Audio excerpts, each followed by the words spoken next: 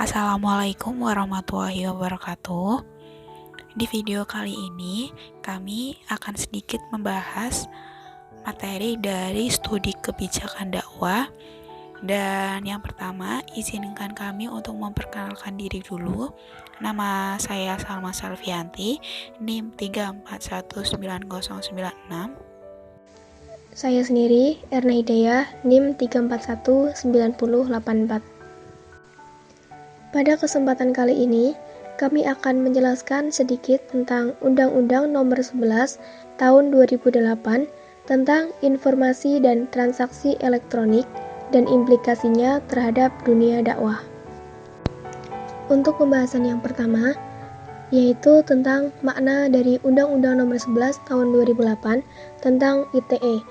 Undang-Undang Nomor 11 Tahun 2008 tentang ITE merupakan undang-undang pertama di bidang teknologi informasi dan transaksi elektronik sebagai produk legislasi yang sangat dibutuhkan dan telah menjadi pionir yang meletakkan dasar pengaturan di bidang pemanfaatan teknologi informasi dan transaksi elektronik.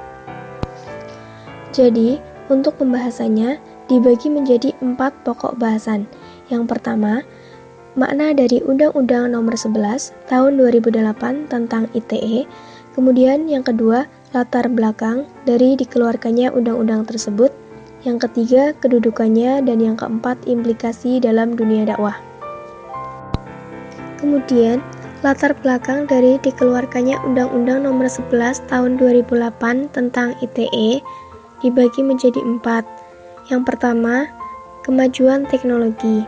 Seperti yang kita ketahui, bahwa kemajuan teknologi mempermudah dan mempercepat komunikasi secara elektronik dalam satu negara, bahkan juga antar negara. Yang kedua, teknologi informasi mendorong permintaan atas produk-produk teknologi informasi itu sendiri. Pemanfaatan teknologi informasi berperan penting dalam perdagangan, dan yang dimaksud dengan mendorong permintaan atas produk-produk teknologi informasi itu sendiri, yaitu contohnya pemakaian atas gadget, komputer, laptop, dan sebagainya.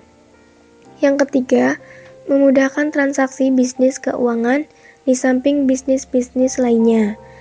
Teknologi banyak dimanfaatkan dalam transaksi bisnis keuangan, seperti penggunaan m-banking dan sejenisnya. Selain itu, dimanfaatkan juga untuk bisnis-bisnis lainnya, seperti saat ini banyak yang berjualan online dengan memanfaatkan teknologi yang semakin canggih. Yang keempat, teknologi kunci keberhasilan pembangunan pada masa sekarang dan masa yang akan datang. Mengapa dikatakan sebagai kunci keberhasilan pembangunan? Karena semakin meningkatnya kehidupan masyarakat modern terhadap teknologi seperti komputer, gadget, dan laptop, sehingga dikatakan teknologi merupakan kebutuhan yang tidak dapat dielakkan untuk menunjang pembangunan nasional. Untuk itu, pemerintah perlu mendukung pengembangan teknologi informasi melalui infrastruktur hukum dan peraturannya, sehingga pemanfaatan teknologi informasi dilakukan secara aman untuk mencegah penyalahgunaan dengan memperhatikan nilai-nilai agama dan sosial budaya masyarakat Indonesia. Oleh karena itu, pemerintah mengeluarkan Undang-Undang Nomor 11 Tahun 2008 tentang informasi dan transaksi elektronik atau yang disebut dengan ITE. Selanjutnya adalah kedudukan. Dalam Undang-Undang Nomor 12 Tahun 2011 tentang pembentukan peraturan perundang-undangan, menjelaskan bahwa peraturan perundang-undangan adalah peraturan tertulis memuat norma hukum secara umum mengikat, dibentuk dan ditetapkan oleh lembaga negara yang berwenang melalui prosedur yang ditetapkan oleh peraturan perundang-undangan. Nah, jika kita merujuk pada Undang-Undang Nomor 12 Tahun 2011 tersebut, maka sudah dipastikan bahwa kedudukan Undang-Undang ITE ini merupakan suatu jenis peraturan perundang-undangan yang mempunyai kekuatan hukum mengikat. berlaku untuk setiap orang yang melakukan perbuatan hukum, baik berada di wilayah dan luar wilayah hukum Indonesia.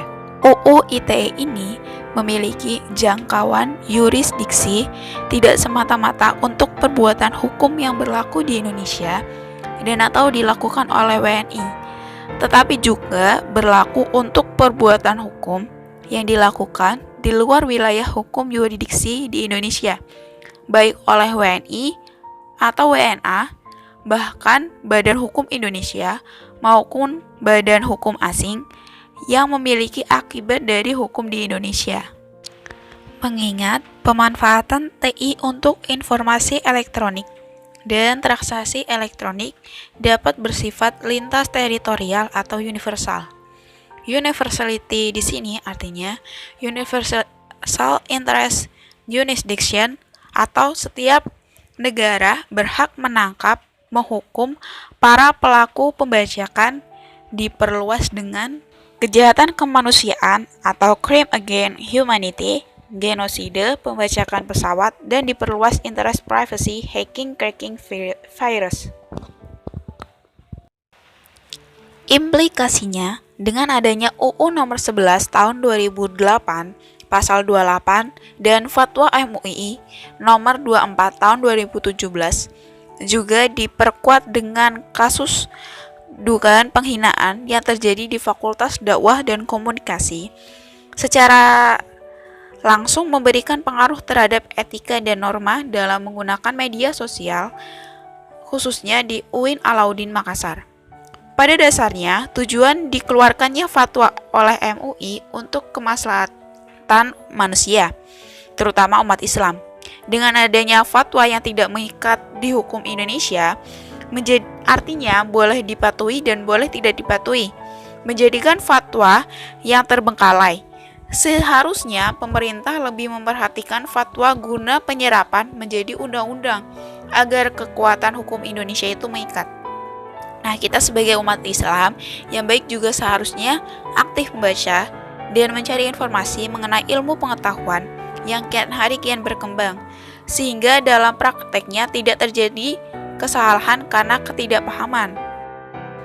Implementasi UU ITE terhadap pengguna media sosial yang pernah mengalami kasus dugaan pelanggaran terhadap UU ITE ini sangat dirasakan. Hak warga negara dalam menuntut keadilan untuk mencapai kepastian hukum dapat tersalurkan dengan baik. Proses hukum berjalan sesuai aturan yang berlaku. Kewajiban sebagai saksi oleh beberapa dosen sudah terlaksana dengan baik, dan semua berjalan sesuai dengan peraturan yang terdapat dalam UU ITE, termasuk dalam menganalisis konteks dugaan penghinaan. UU ITE ini bertujuan memberikan rasa aman, keadilan, dan kepastian hukum bagi pengguna dan penyelenggara teknologi informasi. Namun pada dasarnya harus ditinjau lebih mendalam oleh pihak yang berwajib mengenai hal-hal pokoknya dituduhkan atau bahkan dianggap merugikan sesuai dengan maksud dan tujuan UU ITE ini. Perlu ditinjau lebih mendalam ungkapan-ungkapan yang termasuk kategori penghinaan yang dimaksud dalam UU ITE tersebut. Sekian dari kami, kurang lebihnya mohon maaf. Wabillahi taufiq wal hidayah. Wassalamualaikum warahmatullahi wabarakatuh.